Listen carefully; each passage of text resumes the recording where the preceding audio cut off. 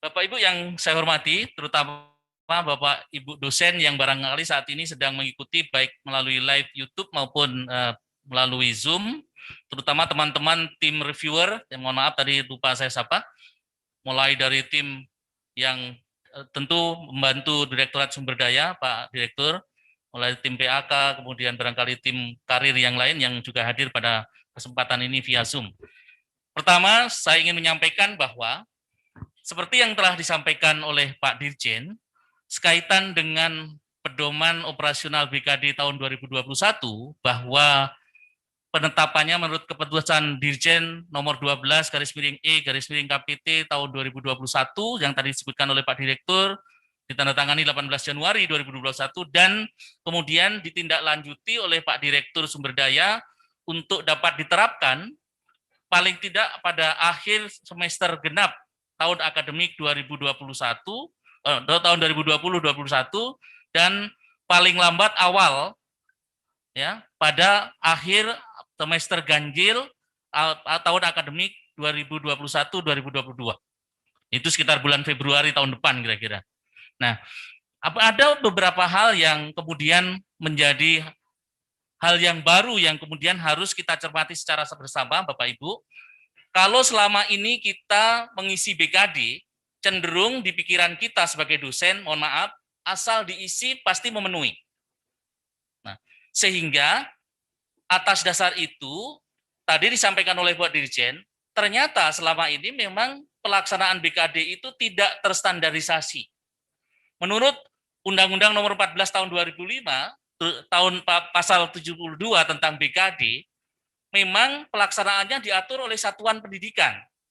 Tetapi Bapak Ibu, sesuai dengan Peraturan Menteri Pendidikan dan Kebudayaan nomor 3 tahun 2020 tentang SNDikti, maka Direktorat Jenderal Pendidikan Tinggi Kementerian Pendidikan dan Kebudayaan melakukan standarisasi dan penjaminan mutu, terutama adalah standarisasi kinerja dosen. Nah, kemudian berdasarkan Undang-Undang Nomor 12 Tahun 2012 tentang pendidikan tinggi, kita tahu bahwa jenis pendidikan tinggi itu bukan hanya pendidikan akademik, tapi juga ada pendidikan vokasi dan pendidikan profesi. Olehnya itu, maka kinerja dosen yang terkait dengan kegiatan berdasarkan jenis kegiatan tersebut juga kita masukkan dalam pedoman operasional BKD yang baru ini. Nah, kemudian berdasarkan keputusan Dirjen Dikti yang sudah kita ketahui bersama, maka kemudian dirumuskanlah pedoman operasional beban kerja dosen tahun 2021, di mana standarisasi dan penjaminan mutu BKD ditetapkan supaya kalau dosen sudah memenuhi BKD-nya untuk setiap semester, maka secara akumulasi pada sekian tahun akan dapat kemudian menentukan karirnya. Dan bahkan kemudian di dalam peraturan ini juga dimasukkan implementasi kebijakan Merdeka Belajar Kampus Merdeka atau MBKM. Nah, berikutnya Ibu Bapak, apa sebenarnya yang diatur dalam BKD? Ini sudah jelas ditetapkan dalam undang-undang bahwa BKD oleh dosen itu seperti tadi disampaikan oleh Pak Dirjen, bahwa minimal dosen itu setiap semester harus memenuhi 12 SKS dan maksimal 16 SKS.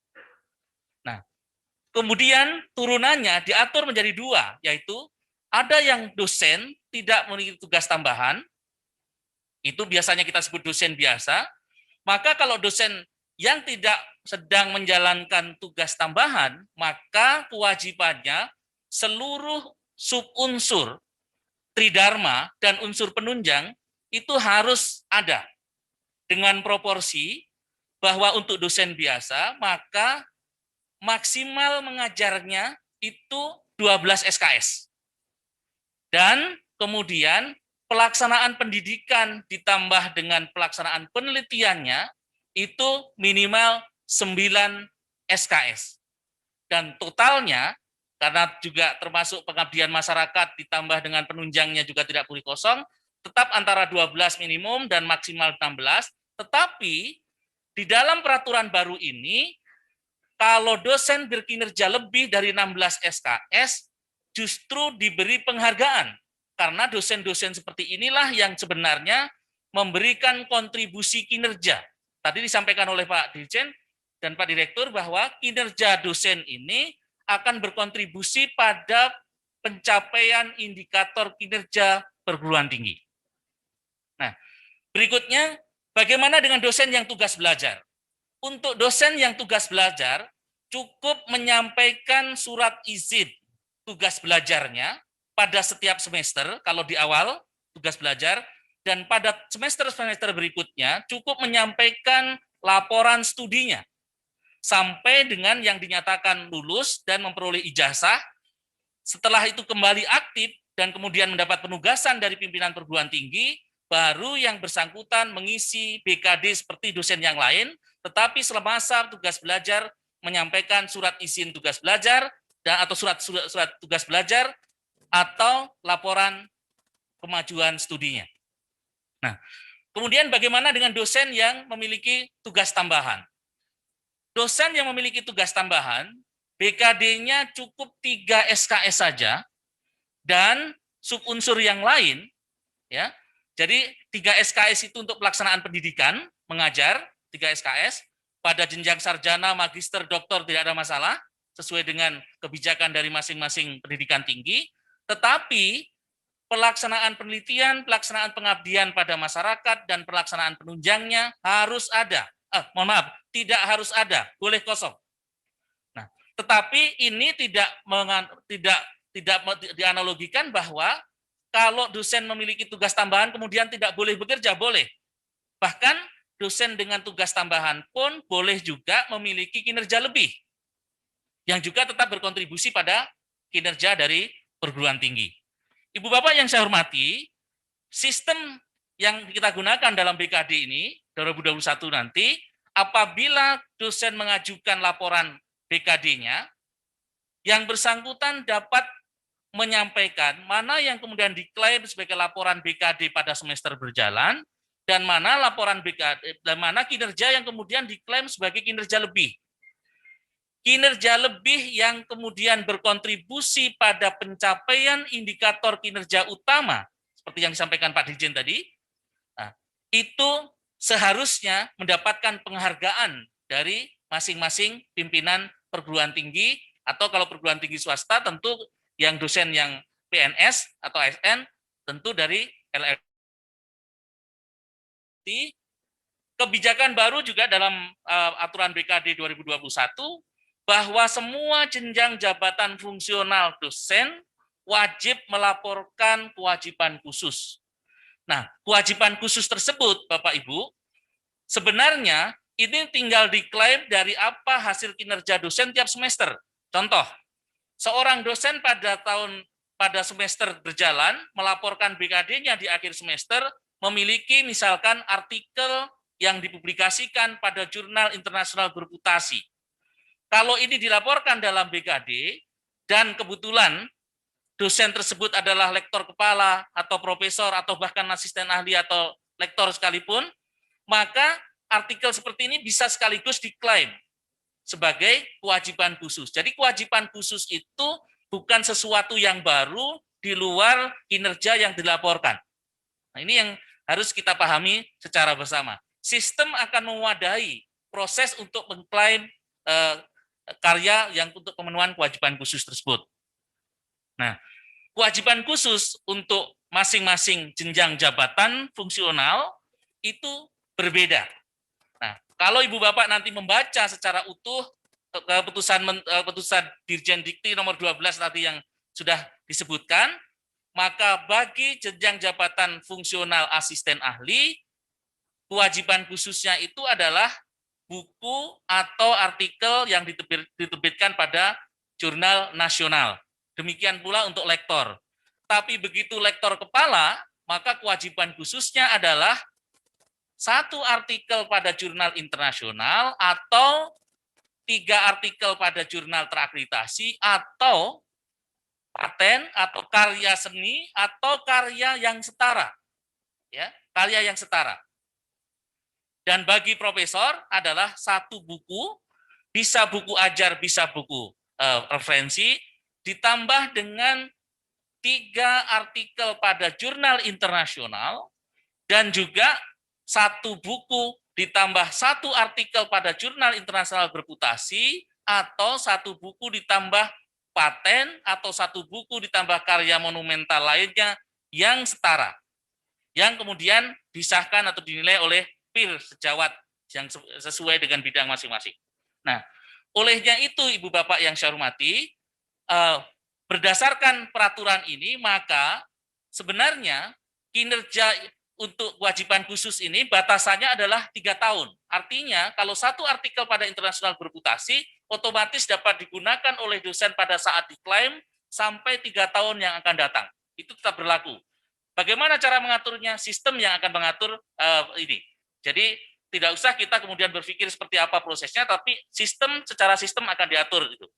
Kemudian, berdasarkan hal tersebut, maka Ibu Bapak yang saya hormati, pencapaian indikator kinerja dosen berdasarkan BKD per semester tersebut akan dapat berkontribusi pada pencapaian indikator kinerja dari masing-masing perguruan tinggi. Olehnya itu, Ibu Bapak yang saya hormati, untuk komponen kegiatan dalam BKD 2021, ini mencakup semua kegiatan Tridharma perguruan tinggi dengan mengacu pada pedoman operasional penilaian angka kredit yang untuk saat ini berdasarkan Permenpan RB nomor 17 Jungto 46 tahun 2013 yang petunjuk teknisnya adalah Permendikbud nomor 92 tahun 2014. Meskipun tadi disampaikan Pak Dirjen, saat ini Direktorat Jenderal Pendidikan Tinggi dan Direktorat Jenderal Vokasi sedang mengajukan perubahan atas Permenpan tersebut ke Kementerian Pan RB. Tentu ini di bawah Direktorat Sumber Daya. Dan kemudian selain pedoman operasional PAK tersebut juga menambahkan seluruh kegiatan dalam payung Merdeka Belajar Kampus Merdeka. Berikutnya, mengutamakan layanan kepada mahasiswa. Jadi tadi Pak Dirjen mengatakan, kalau pada masa lalu seorang dosen membimbing mahasiswa, kemudian sampai berhasil menjuarai kompetisi tingkat internasional misalkan, itu sangat operasional BKD 2021, ini sangat besar, bahkan sepadan dengan kalau publikasi di jurnal internasional berputasi. Tetapi yang diakui, karena di Kementerian Pendidikan dan Kebudayaan ini memiliki pusat karir, pusat prestasi nasional. Maksud saya pusat prestasi nasional, maka verifikasi keabsahan dari prestasi mahasiswa yang dibimbing oleh dosen tadi nanti mengacu pada pusat prestasi nasional. Kemudian memberi penghargaan kegiatan yang sesuai dengan indikator kinerja utama perguruan tinggi.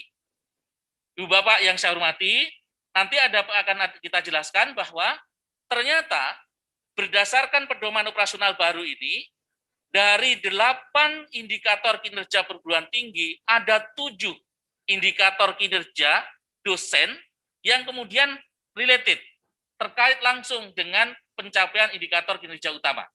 Kecuali indikator kinerja utama pertama, ya tentang lulusan. Kenapa? Karena lulusan ini adalah perpaduan dari seluruh kegiatan di dalam manajemen perguruan tinggi. Nah, Ibu Bapak yang saya hormati, jumlah kegiatan tiap subunsur, seperti kita tahu, kalau kita sudah terbiasa dengan yang di PAK, maka untuk pendidikan formal itu ada 2 di sana, dan sertifikat diklat. 2 kegiatan maksudnya. Kemudian untuk pelaksanaan pendidikan itu ada 14. Kenapa bertambah? Nanti kita lihat yang bertambah di mana. Pelaksanaan penelitian C itu ada 9 kegiatan. Dan untuk pelaksanaan pengabdian kepada masyarakat itu ada 7 kegiatan. Kemudian yang di PAK itu ada 10 kegiatan. Nah, harapannya dari kegiatan-kegiatan dosen tersebut, ini sekali lagi berkontribusi pada pencapaian indikator kinerja utama perguruan tinggi.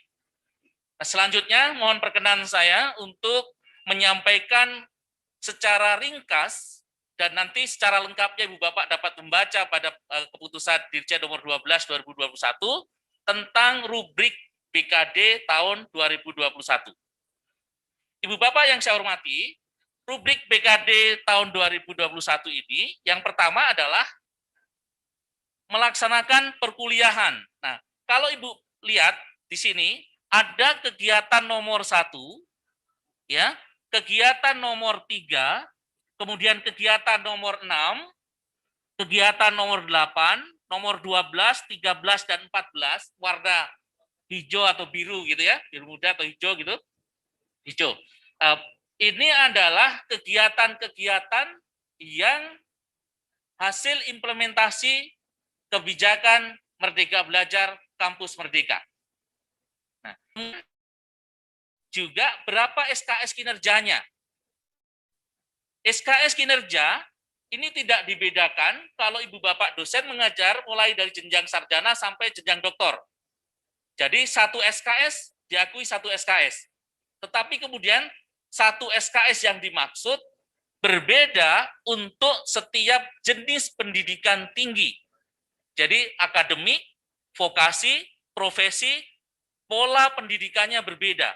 Tetapi kalau satuan pendidikan sudah menentukan itu adalah satu SKS, maka kementerian akan mengakui itu. Tentu berdasarkan standar yang telah ditentukan.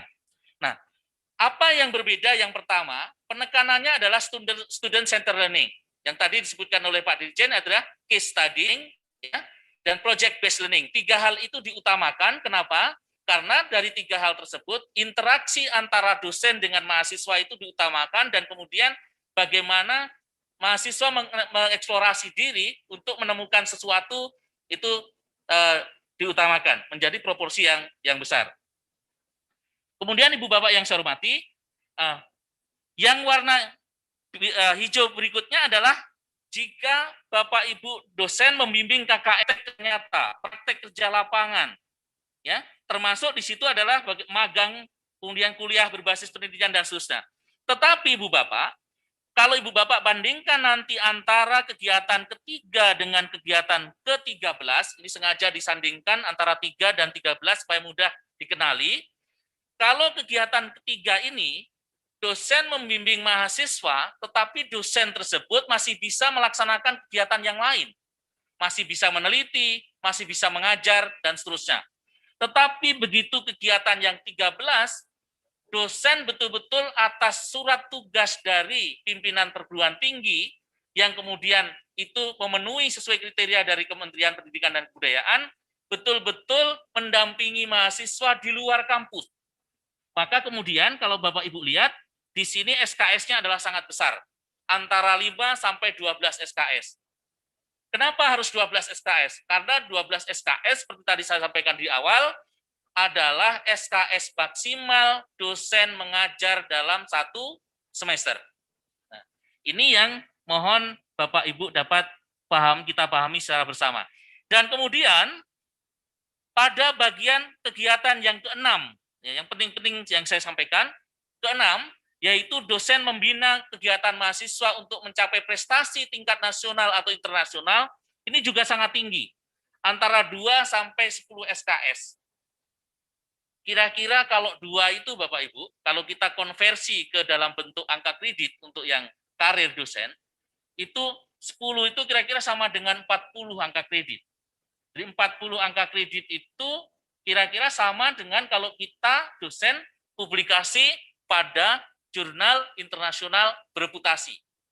Jadi usaha dosen untuk membina mahasiswa mencapai mendapatkan rekognisi internasional berprestasi internasional ini sama halnya dengan dosen melakukan penelitian dan kemudian mempublikasikan karyanya sebagai pengembangan ilmu di internasional bereputasi. Nah, kemudian juga kegiatan melaksanakan pengembangan diri untuk meningkatkan kompetensi dan memperoleh sertifikasi profesi. Demikian pula ini pengakuannya juga sangat besar SKS-nya.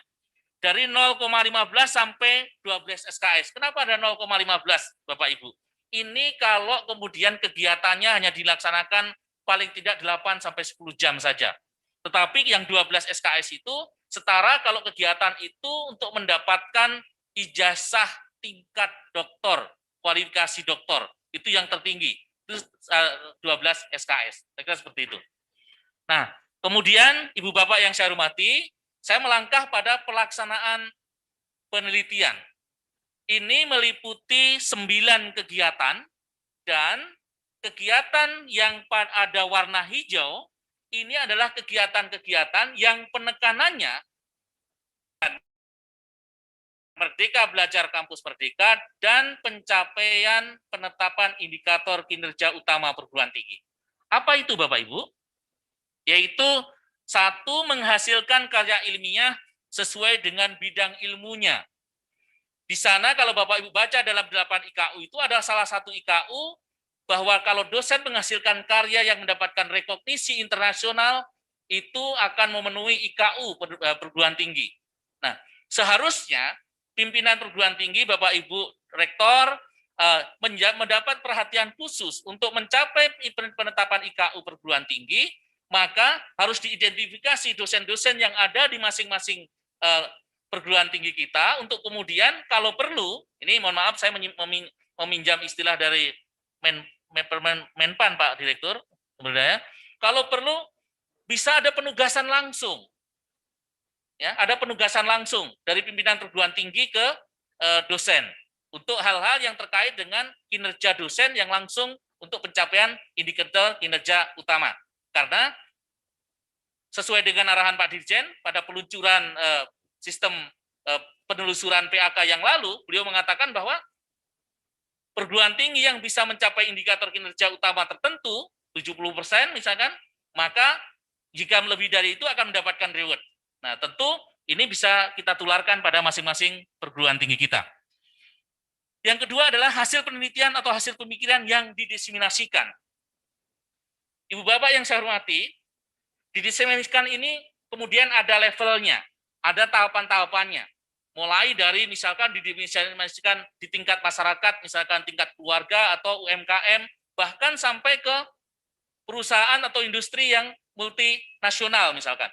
Maka penghargaan ini juga sangat besar untuk SKS BKD pada kegiatan yang dilakukan dosen apabila mencapai target atau output ya minimal tadi atau outcome ya terkait dengan itu. Kemudian kegiatan keenam adalah membuat rancangan dan karya teknologi yang dipatenkan atau seni yang terdaftar di hak atas kekayaan intelektual secara nasional dan internasional. Di sini penghargaannya adalah antara 10 sampai 20 SKS. Jadi kalau seorang dosen berhasil mendapatkan sertifikat paten, apalagi patennya itu ternyata digunakan oleh industri, bahkan industri multinasional misalkan, atau bahkan yang kecil pun di tingkat UMKM, itu paling tidak mendapatkan penghargaan 10 SKS. Saya analogikan tadi, kalau 10 SKS itu setara dengan 40 angka kredit, artinya sama dengan kalau kita publikasi di internasional berputasi. Kemudian menghasilkan karya inovatif, karya teknologi, karya tepat guna, karya desain. Di sini Bapak Ibu tidak dipatenkan, ya, tidak dipatenkan, tidak dipublikasikan, tetapi kemudian karya-karya tersebut diaplikasikan dan berdampak pada misalkan pemutakhiran atau perbaikan dari suatu mutu, jasa dari industri dan seterusnya, atau langsung berkontribusi pada kesejahteraan masyarakat. Ini SKS-nya juga sangat tinggi, jadi ini ada 10 SKS. Ya, itu yang terkait yang perubahan mendasar di dalam pedoman operasional BKD tahun 2021. Berikutnya adalah untuk pelaksanaan pengabdian kepada masyarakat.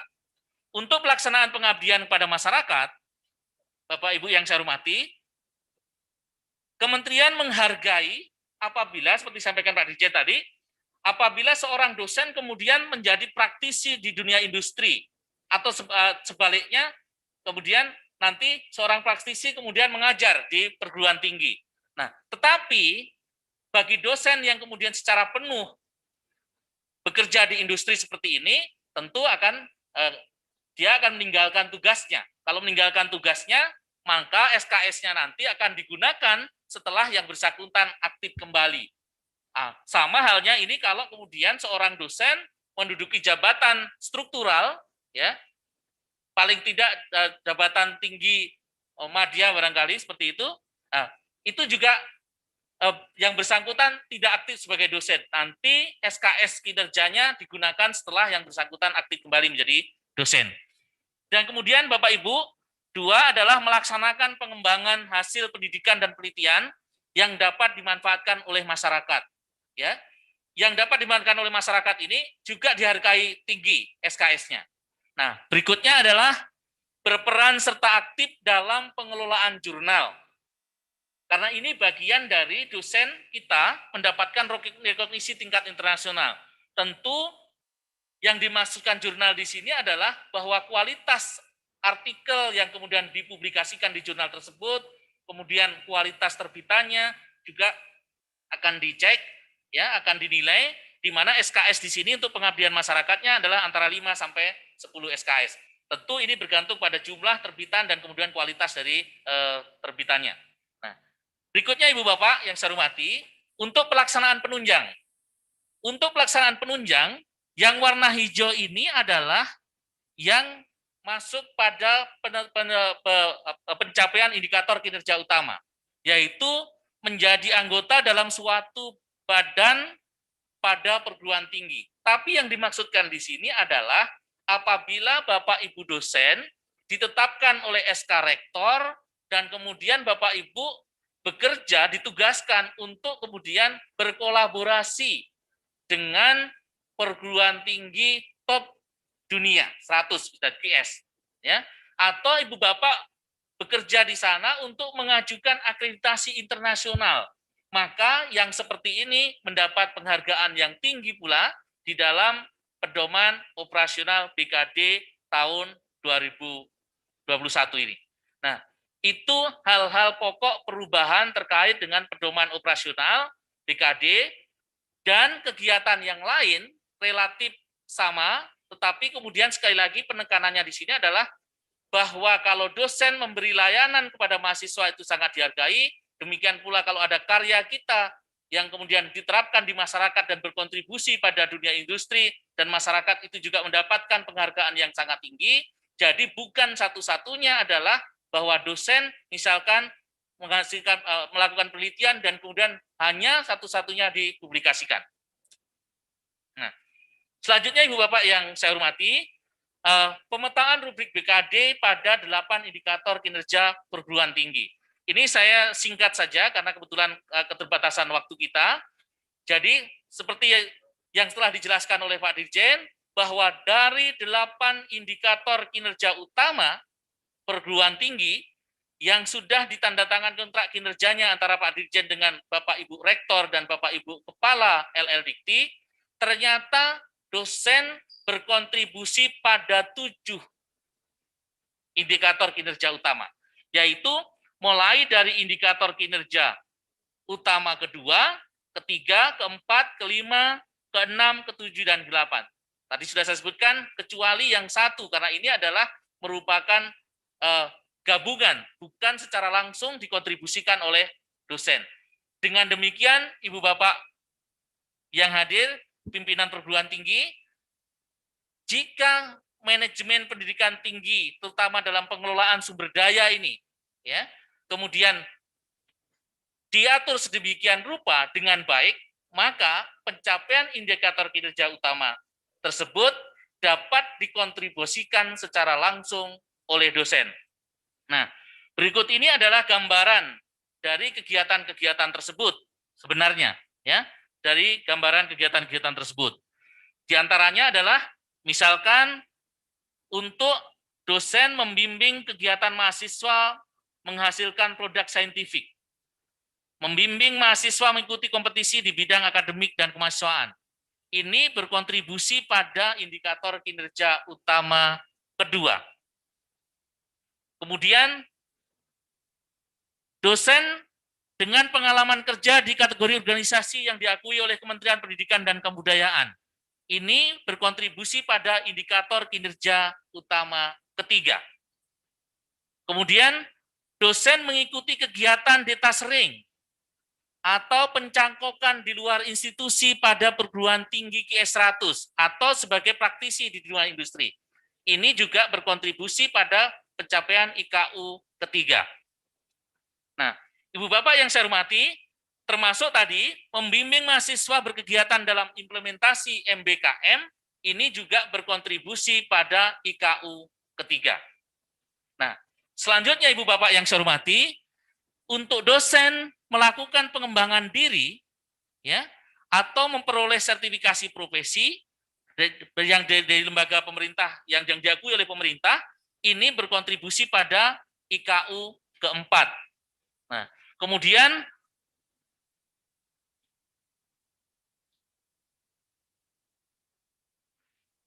perguruan tinggi merekrut dosen dengan pengalaman kerja di kategori organisasi yang diakui Kementerian Pendidikan dan Kebudayaan atau dari kalangan industri misalkan. Tetapi yang dimaksudkan yang bersangkutan praktisi tersebut tetap bekerja di perusahaan, tetap bekerja di industri, kemudian mengajar di kampus kita. Ini akan berkontribusi pada pencapaian kinerja utama keempat. Nah, Ibu Bapak yang saya hormati, kemudian kalau dosen melaksanakan penelitian atau hasil pemikiran yang digagasikan, ini berkontribusi pada indikator kinerja kelima, terutama adalah dosen mendapat rekognisi internasional. Selanjutnya, melaksanakan penelitian pemikiran yang didiseminasikan. Tadi sudah saya sebutkan, ini SKS-nya sangat tinggi, ini berkontribusi pada indikator kinerja kelima, yaitu jumlah luaran penelitian dan pengabdian pada masyarakat yang berhasil mendapatkan rekognisi internasional dan diterapkan oleh masyarakat per jumlah dosen. Nah, berikutnya, ini masih ada untuk yang kontribusi kinerja dosen untuk indikator kinerja kelima ini sangat banyak, ya. Kemudian indikator keenam adalah merencanakan atau menjadi bagian dari tim perencana kemitraan program studi dengan mitra kelas dunia. Ini berkontribusi pada pencapaian indikator kinerja ke-6 dan melaksanakan perkuliahan dengan menggunakan 3 pendekatan tadi, case study, problem based learning, dan kemudian problem based learning dan project based learning itu berkontribusi pada indikator kinerja utama ke-7. Dan terakhir, merencanakan atau menjadi bagian dari tim peningkatan mutu program studi, tujuannya adalah untuk meraih akreditasi tingkat internasional. Ini berkontribusi pada pencapaian indikator kinerja ke-8. Demikian Bapak Ibu yang dapat saya sampaikan. Mohon maaf bila ada hal yang kurang berkenan. Saya kembalikan pada moderator. Assalamualaikum warahmatullahi wabarakatuh.